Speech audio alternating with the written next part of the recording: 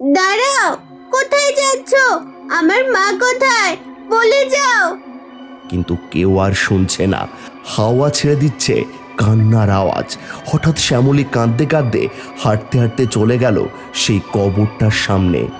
তারপর ধীরে ধীরে তার গড়ন বদলাতে শুরু করলো।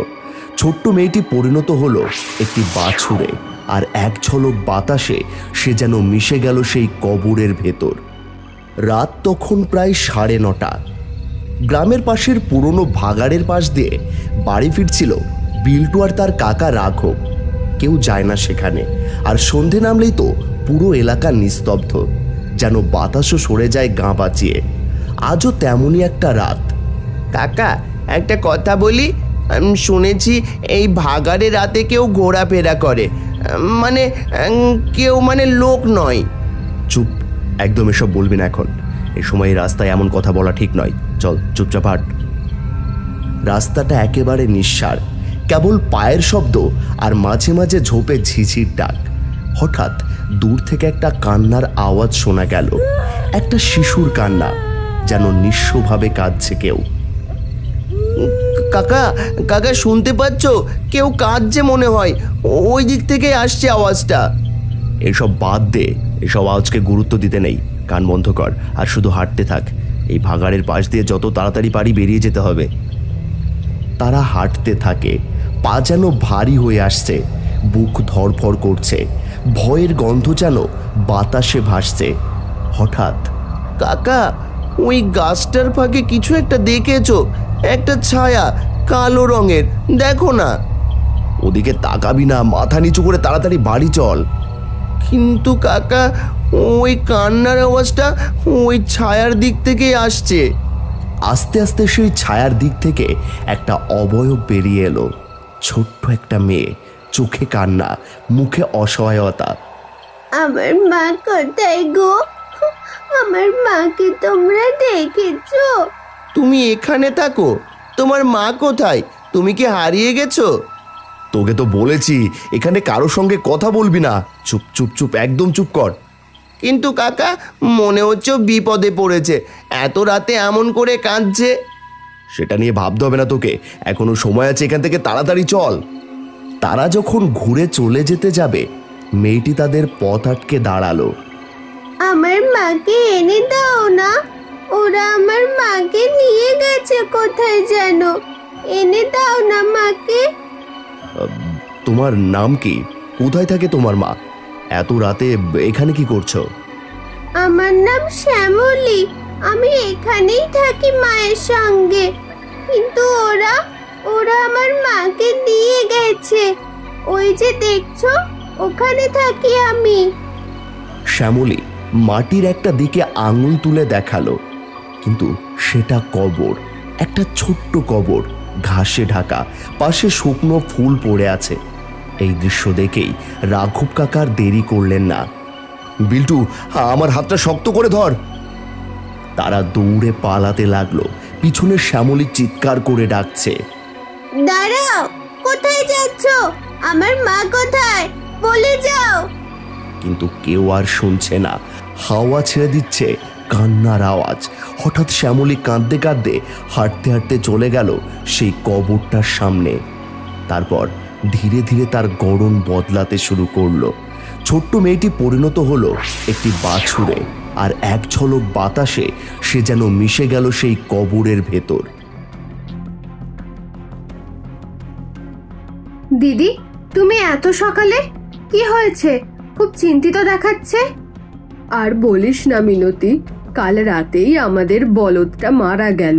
আজ সকালে উঠেই দেখি পড়ে আছে। মনটা একেবারে খারাপ হয়ে গেছে। তাই হুমা, তবে তো ভাগাড়ে নিয়ে গিয়ে পুঁতে দিতে হবে। না না, ভাগাড়ে কিছু একটা আছে, আমি বলছি ওখানে যেও না। কেন রে, কি হয়েছে? আর দিনের বেলা তো কিছু হয় না। হ্যাঁ, আমিও জানি রাতটা খারাপ, কিন্তু এখন তো সকাল। ঠাকুরপো, একটু কথা ছিল। আমাদের বলদটা মারা গেছে। দাদার পক্ষে একা ভাগাড় পর্যন্ত নিয়ে যাওয়া মুশকিল। হ্যাঁ, অবশ্যই যাব। বলো কখন বেরোবো? এখনই গেলে ভালো হয়। এই বলদটা যখন ছোট ছিল তখন থেকেই মানুষ করেছি, আজ ওকেই ফেলতে যাচ্ছি বাগারে। কি আর করা যাবে দুঃখ করে, তার চেয়ে বরং চলো চটপট কাজটা সেরে ফেলি। ওই গাছটার দিকে দেখো তো, কেমন যেন অস্বাভাবিক লাগছে। কিসের ভয়? দিন দুপুরে আর কে আছে এখানে? আমার মা কোথায় গো? দাদা, তুমি কিছু শুনলে? না তো, তুই কি বলছিস? কি শুনবো? মাথাটা কি পুরো গেল নাকি তোর? বলবল না বকে বাড়ি চল। তারপর সেই দিন কেটে রাত্রি আসে। দূরে কুকুর কাঁদছে, বাতাসে ভেসে আসছে গন্ধ। মিনতি ঘুমন্ত। রাঘব ঘুম ছুটে উঠে বসে। একটা অস্বাভাবিক শব্দ শুনে ঘরের জানলার দিকে তাকাই। আবার ওই গরুর মতন ডাক কোথা থেকে আসছে এই রাতে? কি হলো? জানলা খোলা ছিল? জানলা তো বন্ধই ছিল, তবে ওই শব্দটা। দুজনেই চুপ, নিঃশব্দে বাইরে কিছু একটা হাঁটছে, যেন কারো পা টেনে টেনে চলার শব্দ। হঠাৎ দূরে গরুর একটা ভয়ার্ত ডাক কানে আসে। তারপরেই নিস্তব্ধতা। তারপর একে একে গ্রামের সবার বাড়িতে গরু, মুরগি, ছাগল এক এক করে মরতে শুরু করে। আর গ্রামের সবাই সেই নিয়ে হাহাকার করে। প্রতিদিন ভাগাড়ে কম করে 6টা থেকে 7টা পশুকে পোতা হয়। এই কয়েকদিন ধরে গ্রামের মুরগি, গরু, ছাগল কেমন করে যেন সব মরে যাচ্ছে গো। এসব কি শুরু হচ্ছে আবার? একবার 5 বছর আগে এমনটা হয়েছিল। শুরু নয়, এবার শেষ হবে। কি? তোমরা শুধু পশু প্রাণীদের মরার কথা বলছো, কিন্তু ওদিকে আমি মন্দিরে ঢুকতে পারছি না। মা কালী কারোর পুজো নিচ্ছে না। মা কালীকে ফুল অর্পণ করলে তার সঙ্গে সঙ্গেই কাল হয়ে যাচ্ছে। এ কোন পাপ গনিয়ে লোকে জানে। শ্যামলী এখন মাকে চায়, মাটিও শান্ত নয়। মহিলা ভয় পেয়ে পিছিয়ে আসতে গিয়ে দেখেন উঠোনে শ্যামলী বসে, মাথায় পাকা ধান বাঁধা, চোখ বন্ধ, ঠোঁটে মন্ত্র। কে? কে তুই? তুই তুই কি করছিস? মা আসবে। হঠাৎ ঝড় ওঠে, হ্যারিকেন নিভে যায়। উঠোনে শ্যামলী নেই, যেন ছিলই না। মহিলার হাত কাঁপছে, পেছনে ফিরে চিৎকার করে ওঠেন। দীপালি ও বিল্টু হাঁটছে। রাস্তার পাশের পুকুরে মৃত মাছ ভেসে উঠছে, বাতাসে দুর্গন্ধ। একটা গাছ হঠাৎ মাটিতে পড়ে গেল। কেউ কিছু বুঝে উঠতে পারছে না। একে একে গ্রামের সমস্ত খামার শূন্য হতে থাকে, সমস্ত গোয়াল গোশূন্য হয়ে যায়। আর রাত হলেই শোনা যায়, আমার মাকে খুঁজে দাও। আস্তে আস্তে রাত হলেই সবাই ঘর থেকে বেরোনো বন্ধ করে দিল। কিন্তু গরুর দুধ, মুরগির ডিম এগুলো দিয়ে যাদের সংসার চলতো, তাদের পক্ষে বেঁচে থাকাটা দুষ্কর হয়ে উঠল। এরপর আস্তে আস্তে পশু ছেড়ে একে একে মানুষও মরতে থাকলো। হে নিয়ে 3 জন, গত 3 রাত ধরে একজন করে মরছে। না না, শরীর এবার গন্ধ হয়ে যাচ্ছে। দেহটা সৎকারের ব্যবস্থা করতে হবে। ওদের বাড়ির লোককে খবর দাও। যা হচ্ছে তা মানুষের কাজ নয়। কেউ আছে হয়তো পুরনো পাপ জেগে উঠেছে। মা কালীও আমাদের ফুল ফল কিছুই গ্রহণ করছেন না। এ কোন অভিশাপ নেমে এসেছে এই গ্রামে। মা কালী রাগ করেছেন। 5 বছর আগে যা করেছিল এরা, তার বিচার কেউ করলো না। হ্যাঁ, সেই মেয়েটার নাম তো শ্যামলী ছিল। সবার মুখে আতঙ্ক। চারপাশে ঝড় ওঠে, কাকের ঝাঁক উড়ে যেতে থাকে। মা কালী তারপরও এরকম নীরব ছিলেন, কিন্তু তারপর ধীরে ধীরে সব স্বাভাবিক হয়ে যায়। আজ এত বছর পর আবার কি হলো?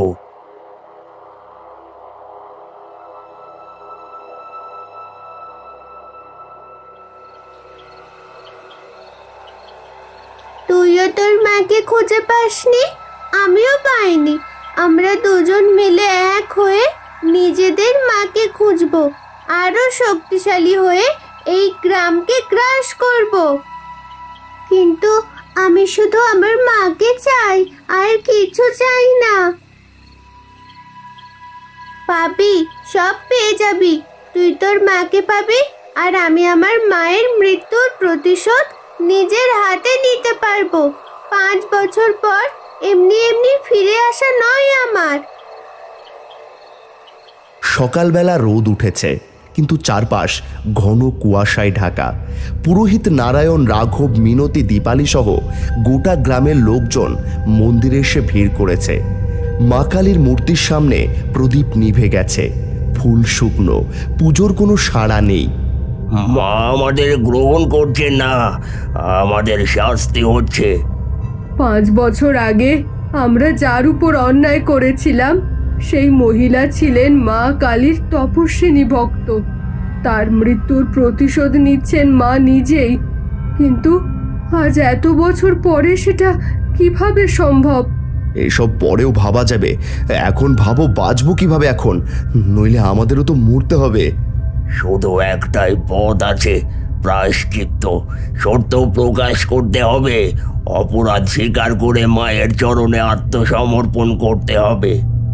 বৃদ্ধা শৈলবালা, কয়েকজন পুরুষ যারা সেদিনের পাপের অংশ ছিল, সকলেই উপস্থিত।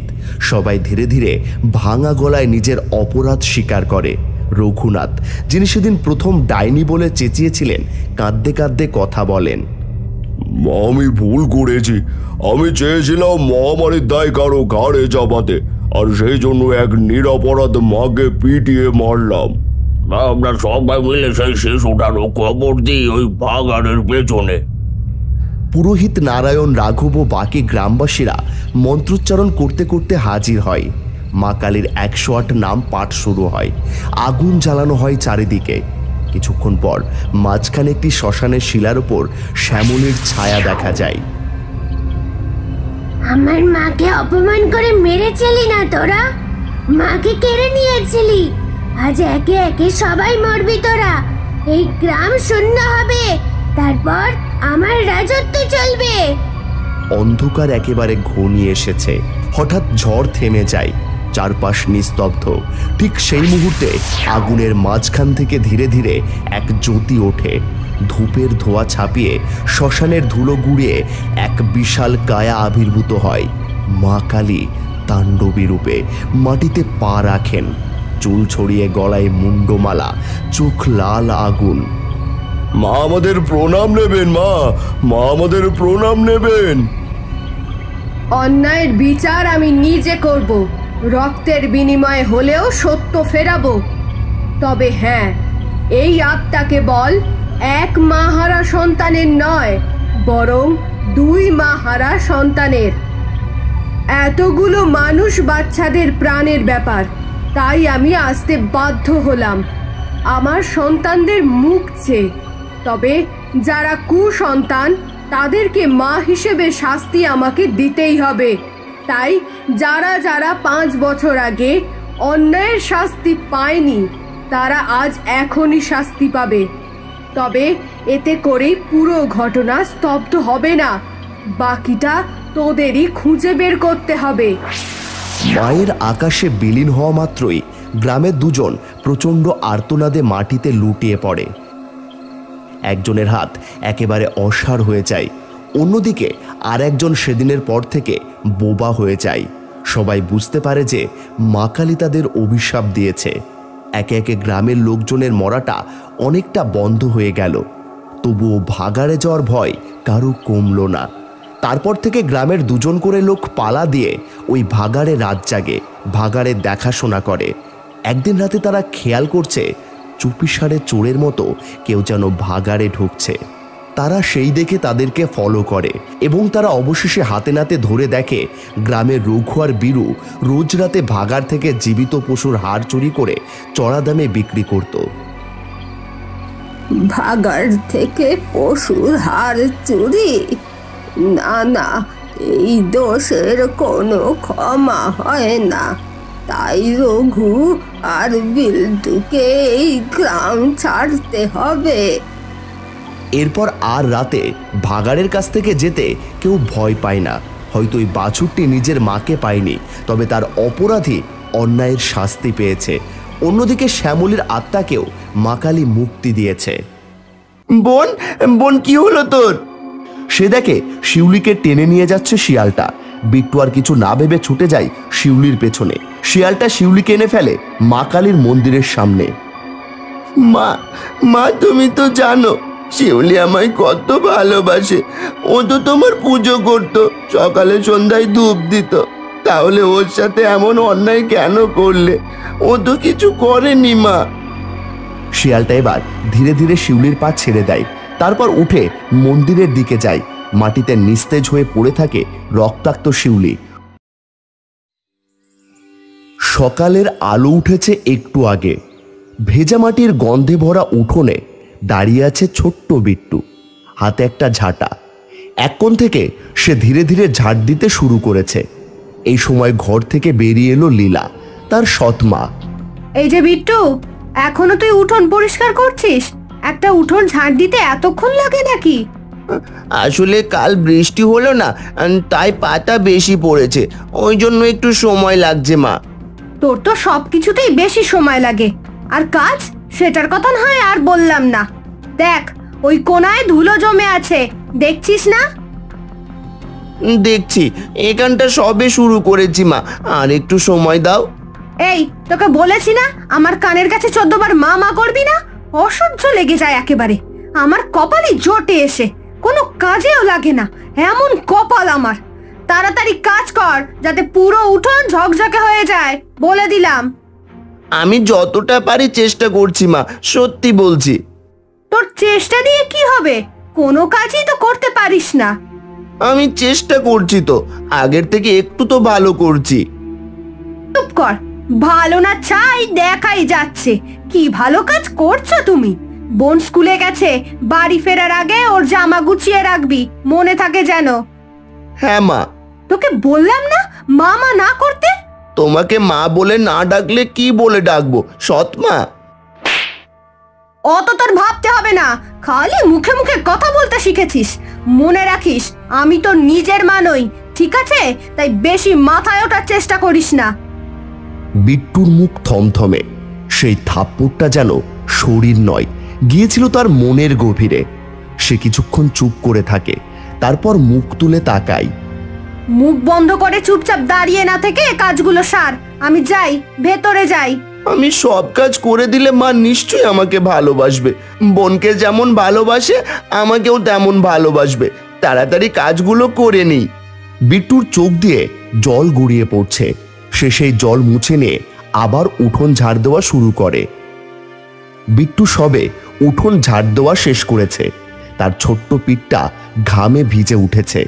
জল না খেয়েই সে একে একে সারা বাড়ির কাজ করতে শুরু করলো। সে গামলায় জল ভরে এনে রান্নাঘরের কোণে রাখলো। বাবার জামা ধুয়ে রোদে মেলে দিল। চাল বেছে একদিকে রাখলো, আর আলুগুলো বেছে পাশের ঝুড়িতে সাজিয়ে রাখলো। চোখে মুখে ক্লান্তি, তবুও মুখে কোনো অভিযোগ নেই। মা, ও মা। এই তো আমার মাটা এসে গেছে। আয় আয়, চল ঘরে, জামা কাপড় বদলাবি, তারপর খেতে দেব। বিট্টু, কোথায় গেলি? এই তো মা, কাজ করছিলাম। বোন এসেছে স্কুল থেকে, দাঁড়িয়ে থাকবি নাকি বোনের জামা কাপড়গুলো পাল্টে ওকে খাইয়ে দিবি? হ্যাঁ মা, যাচ্ছি। আর শোন, ঘরের মেঝেটা আজ আর একবার মুছে দিস, আর আবার ঘরের ওদিকে জানলাটাও পরিষ্কার করবি। আচ্ছা মা। বিট্টু শিউলির কাছে গিয়ে ধীরে ধীরে তার স্কুল ড্রেস খুলে ঘরের জামা পরিয়ে দেয়। তারপর একটা প্লেটে খাবার সাজিয়ে তাকে খাওয়ায়। দাদা, তুই খেলি না? তোকে আগে খাওয়াই, তারপর আমার খাওয়া। সব কাজ সেরে বিট্টু শিউলির পাশে একটু বসে। পাশে রাখা একটা পুরনো ব্যাগ থেকে দুটো খাতা আর একটা ছেঁড়া বই বার করে সে নিজেও পড়তে বসে। এই, কি করছিস? কাজ ফেলে বই নিয়ে পড়ছিস তুই? মা, সব কাজ করে দিয়েছি, এবার একটু পড়তে বসি। অনেকদিন পড়তে বসি না মা। তোকে পড়তে কে বলেছে? তোর কাজ হলো ঘরের কাজ করা, স্কুল টুল তোর জন্য নয়, বুঝলি? আর সব কাজ হয়ে গেছে মানে যা গিয়ে সন্ধ্যা দে চুপচাপ। মা, দাদা সারাদিন তো ঘরের কাজে করে, একটু পড়তে দিলে কি হতো? রোজ তো তুমি পুজো দাও, আজকে দাদাকে বলছো কেন? তুই আবার আমার মুখে মুখে কথা বলিস? দাঁড়া, তোকে আমি। বলেই লীলা শিউলির কান মুলে দেয়। শিউলি ব্যথায় চেঁচিয়ে ওঠে আর বিট্টু অসহায় চোখে তাকিয়ে থাকে। কে রে ওখানে? সে ছুটে জানলার দিকে যায়, পর্দা সরিয়ে বাইরে তাকায়, তারপর দরজা খুলে বাইরে বেরোয়। কে ছিল? ও মা, কে ছিল? জানি না, কাউকে তো দেখলাম না। যাই হোক, তোকে যেটা করতে বললাম সেটা কর গিয়ে, যা। দিন কাটছিল এরকম ভাবেই। মার খেয়ে অপমান সয়ে বিট্টু নিজেকে হারায়নি। সে প্রতিদিন ঘরের প্রতিটি কাজ হাসি মুখেই করত, কেবল একটা ইচ্ছে, যদি একটু পড়তে পেত। দিন গড়ায়, শিউলির জন্মদিন এগিয়ে আসে।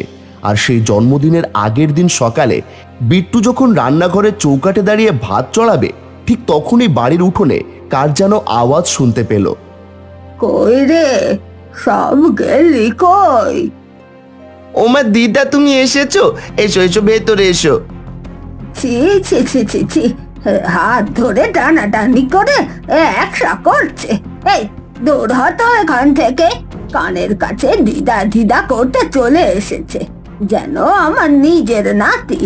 যত সব, খেয়ে যে কাজ নেই। দিদা, তুমি এসেছো? শিউলির ডাক শুনে লীলা তাড়াতাড়ি ঘর থেকে বেরিয়ে আসে আর তার মাকে দেখে সে বড্ড খুশি হয়। শিউলি দিদাকে নিয়ে ঘরের ভিতর চলে যায়। নীলা বিট্টুকে আদেশ দেয়, এই যে এখানে দাঁড়িয়ে না থেকে দিদার এই জিনিসপত্রগুলো ঘরে দিয়ে আয়, যা।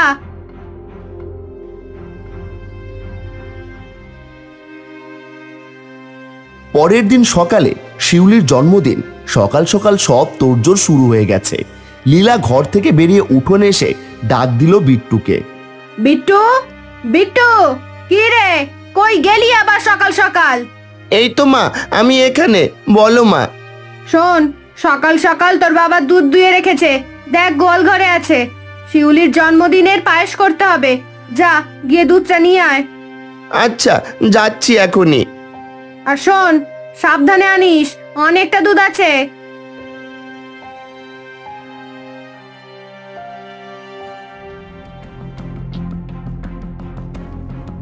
দিল দিল দিল, আমার সর্বনাশ করে দিল। এই ছেলে, কি করলি এটা তুই? সব দুধ ফেলে দিলি?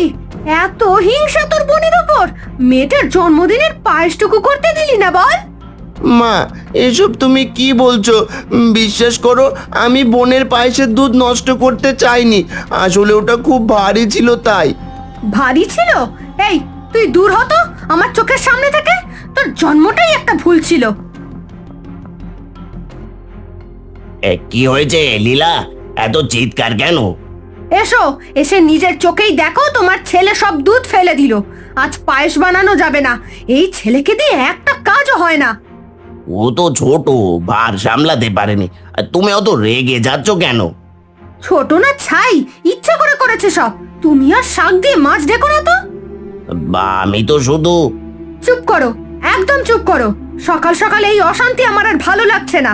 কি রে, তুই বসে আছিস কেন? এখানেই সারাদিন বসে থাকবি ঠিক করেছিস নাকি? দূর হ আমার চোখের সামনে থেকে, দূর হ। আরে উঠবে কি করে? দেখছো না ছেলেটার পায়ে কতটা কেটে গেছে, রক্ত পড়ছে। ওসব নাটক, একটু আঁচড় লাগলেই ব্যথার অভিনয়। আমি কি বুঝি না? বুঝে গেছি, তোমার ওর প্রতি কোনো দয়া মায়া নেই। ঠিক আছে, আমি দেখছি। তুমি ঘরে যাও, আলগা দরদ দেখানোর দরকার নেই, আমি দেখে নিচ্ছি। এই যে শোন, একটা কথা পরিষ্কার বলে দিলাম, তুই আজকে যেটা করলি না সকাল সকাল, তোর কপালে কিন্তু দুঃখ আছে। সারা দিন আজকে তোর খাওয়া বন্ধ। ঠিক আছে মা, আমি খাবো না, কিন্তু এখন শুধু একটু জল দাও। জল? আগে যে কাজগুলো বাকি আছে সেগুলো শেষ কর, তারপর জল পাবি। আর সারাদিন এই জল খেয়েই কাটাবি, মনে থাকে যেন। ঠিক আছে মা, আমি তোমার কথা মতো সব কাজ করে দিয়ে তবেই আমি জল খাবো। লীলা তারপর ঘরের ভেতর চলে যায়। অন্যদিকে দেখা যায় ঝোপের আড়াল থেকে একটা শিয়াল উকি মারছে। বিট্টু তারপর হেঁটে ঘরের ভেতর চলে গেল অন্য কাজ করতে, আর ওই শিয়ালটা ওখান থেকে চলে গেল। একে একে লোকজন আসছে। শিউলি সবাইকে হাসি মুখে স্বাগত জানাচ্ছে, মুখ ভর্তি আনন্দ। তারপর শিউলি কেক কাটলো। চারপাশে করতালের গুঞ্জন, আনন্দের ফোঁয়ারা ছুটছে। সবাই খাচ্ছে, হাসছে, গল্প করছে। রাত বাড়ছে, একে একে সবাই বিদায় নিচ্ছে। শিলা অতিথিদের এগিয়ে দিতে বাইরে বেরিয়ে যায়। এদিকে বিট্টু সারাদিন কিছু না খেয়ে একটানা কাজ করে ক্লান্ত হয়ে নিজের ঘরে এসে বসে। নিঃশব্দ ঘর, নিঃশব্দ মন। মা সারাদিন দাদাকে কিছুই খেতে দেয়নি, এখন মা বাইরে গেছে, আমি বরং এই কেকটা লুকিয়ে দাদাকে দিয়ে আসি। শিউলি এক টুকরো কেক তুলে নেয়, সাবধানে কাগজে মুড়ে রাখে। তারপর দরজার ফাঁক দিয়ে উঁকি মেরে দেখে মা বাইরে গেছে। সে পা টিপে টিপে দাদার ঘরের দিকে এগোয়।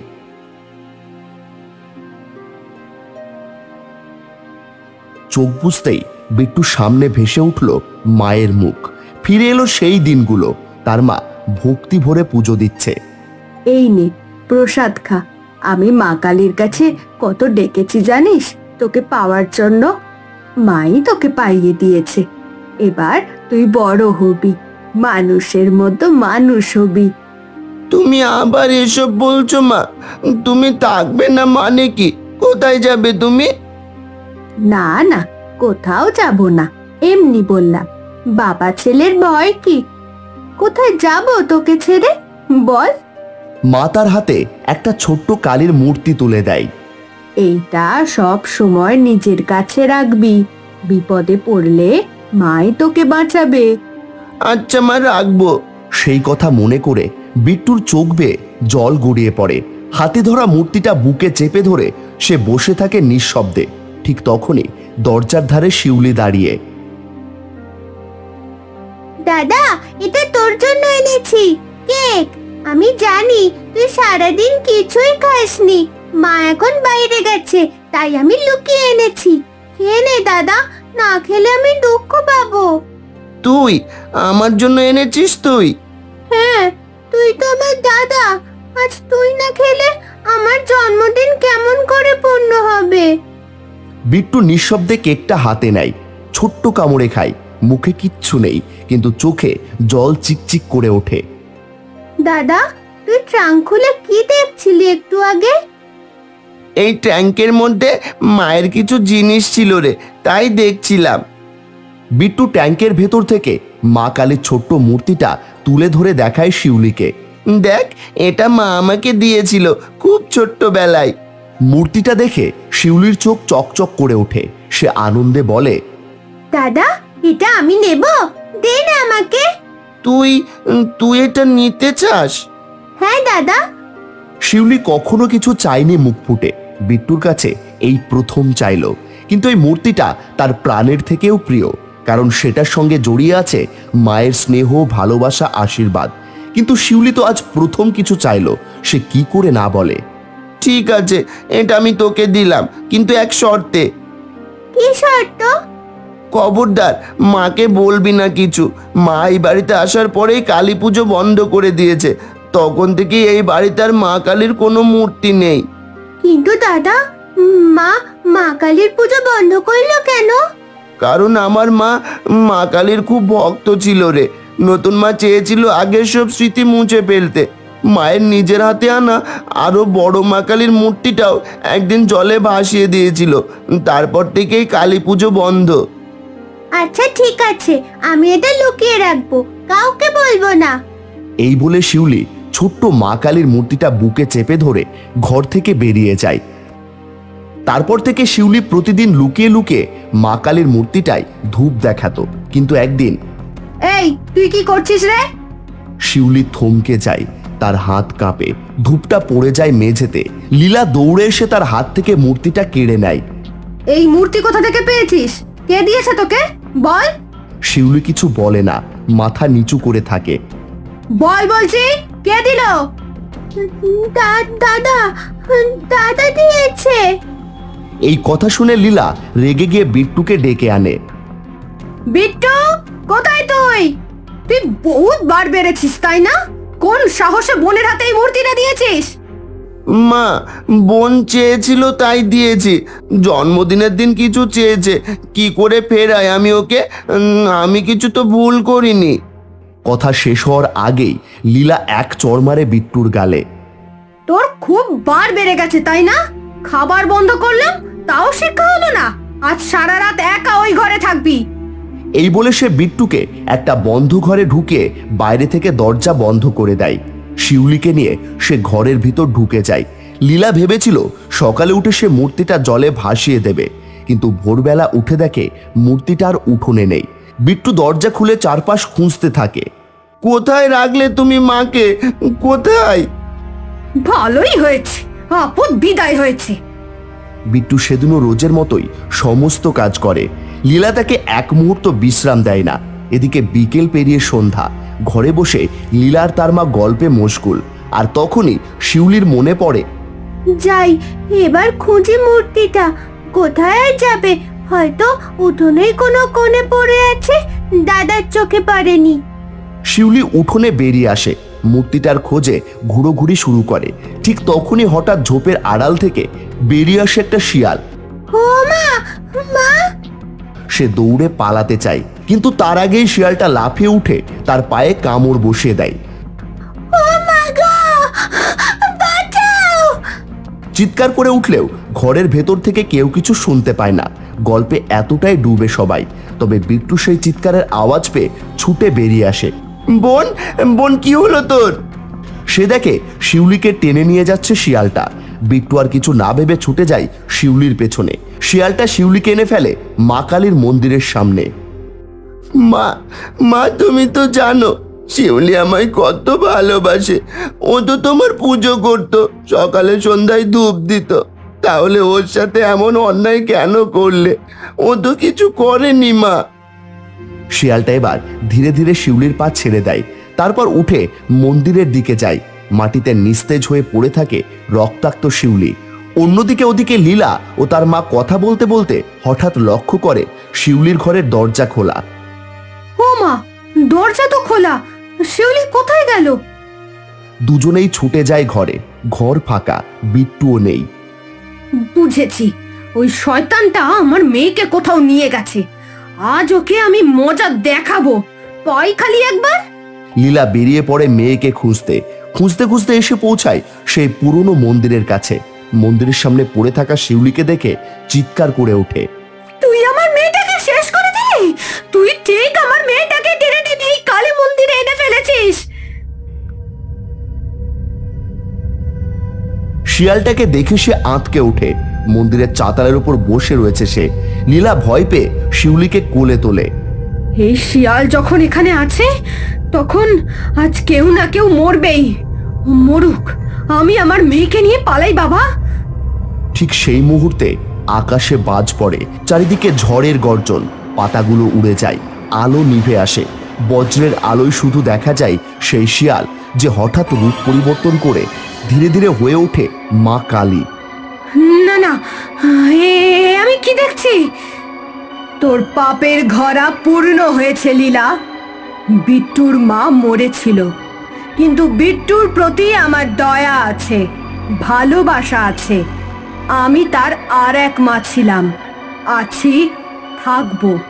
তুই আজ তোর অহংকার, তোর নিষ্ঠুরতা আর শত্রুতা দিয়ে যা করেছিস, তার শাস্তি তোর প্রাপ্য। অনেক অন্যায় করে ফেলেছিস তুই, আর নয়। মা কালী অভিশাপ দিলেন লীলাকে। আজ থেকে তোর ডান হাত চিরতরে অসাড় হয়ে যাবে। যতদিন না তোর মন পুরোপুরি পাপ মুক্ত হচ্ছে, ততদিন তুই এরকম ভাবেই বেঁচে থাকবি। যাতে আর কোনোদিনও আমার সন্তানের গায়ে হাত না তুলতে পারিস, তার ব্যবস্থা করলাম। লীলা হাত তুলতে চাইল, পারল না। চোখের সামনে হাতটা ধীরে ধীরে অসাড় হয়ে পড়েছে। মা, তুমি শিউলিকে ভালো করে দাও মা, ও তো কিছু করেনি। শিউলির উপর আমার কোনো ক্রোধ নেই। শুধুমাত্র এই পাপের ঘরা পূর্ণ হওয়ার শাস্তি দেওয়ার জন্যই এই ছলের আশ্রয় নিতে হয়েছে আমাকে। তাই শিউলিকে আমি এমনিও ঠিক করে দেব। আর সেই মুহূর্তেই লীলার চোখের সামনে তার হাতটা একদম পাথরের মতো হয়ে যায়। সে কাঁদতে থাকে, মা কালীর সামনে নিজেকে সঁপে দিতে চায়, কিন্তু অসার হাত তুলতেই পারে না। মা, মা কালী, আমাকে ক্ষমা করো মা, আমি জানতাম না। মা, তুমি তো শাস্তি দিলে, এবার তুমি ক্ষমা করে দাও মা। মা যে অনেক কষ্ট পাচ্ছে। মা কালী চুপ, কিছুই বলেন না, শুধু গম্ভীর চোখে তাকিয়ে থাকেন। তারপর হঠাৎ এক তীব্র আলোর ছটায় তিনি মিলিয়ে যান। চারপাশ আবার অন্ধকার, ঝড় থেমে যায়। নিঃশব্দে পড়ে থাকে সেই ছোট্ট মূর্তিটা, যেটা বিট্টুর মা ওকে দিয়েছিল।